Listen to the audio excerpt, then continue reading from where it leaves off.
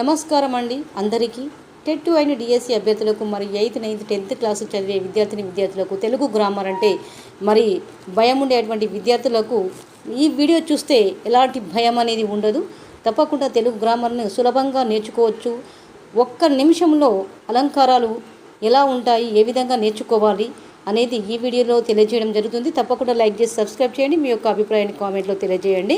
అర్ధాలంకారానికి చెందినటువంటి అలంకారమే ఉపమాలంకారము. ఉపమాలంకారాన్ని 4 రకాలుగా విభజించడం జరిగింది. అది ఒకటి ఉపమాలంకారము, మరి రెండవది రూపకలంకారము, మూడవది స్వభావోక్తి అలంకారము, నాలుగవది అతిశయోక్తి అలంకారం. ఈ 4 అలంకారాలను అంటే ఉపమాలంకారంలో 4 భాగాలుగా మరి విభజించడం జరిగింది. ఈ ఉపమా అలంకారం అనేది అర్ధాలంకారానికి చెందినటువంటిది అలంకారం కాబట్టి మరి అలంకారాలు 2 రకాలుగా ఉన్నవి అని చెప్పుకోవడం జరిగింది.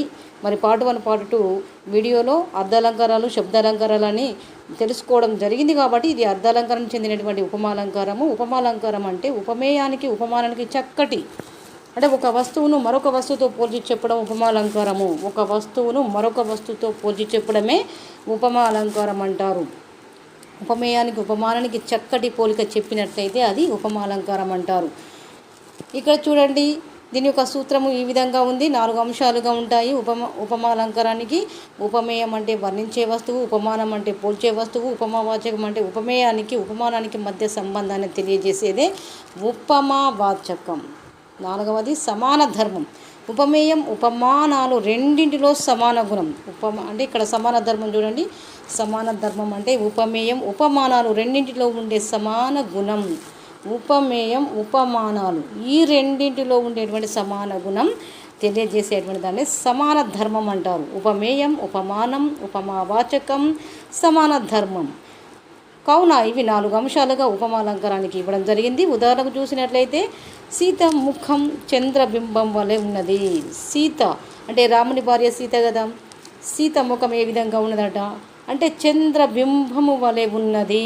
అంటే సీత ముఖాన్ని మరి చంద్రబింబంతో పోల్చడం జరిగింది. సీత ముఖాన్ని చంద్రబింబంతో పోల్చడం జరిగింది. సీత ముఖమేమో మరి వర్ణించేటువంటి వస్తువు, మరి చంద్రబింబం అని అంటే పోల్చేటువంటి వస్తువు అన్నమాట. ఉపమేయం అంటే వర్ణించే, సీతాముఖము ఎలాంటిది వర్ణించే వస్తువు. మరి ఏ వస్తువుతోటి పోల్చడం జరుగుతుంది అంటే చంద్రబింబంతో. అంటే పోల్చే వస్తువు ఏమై ఉంటుంది, చంద్రబింబం వలె అనేది ఉపమావాచకం. అంటే సీతముఖానికి చంద్రబింబానికి సీతముఖానికి చంద్రబింబానికి మధ్య ఏదైతే ఉంటుందో సంబంధము, ఆ సంబంధాన్ని తెలియజేసేదే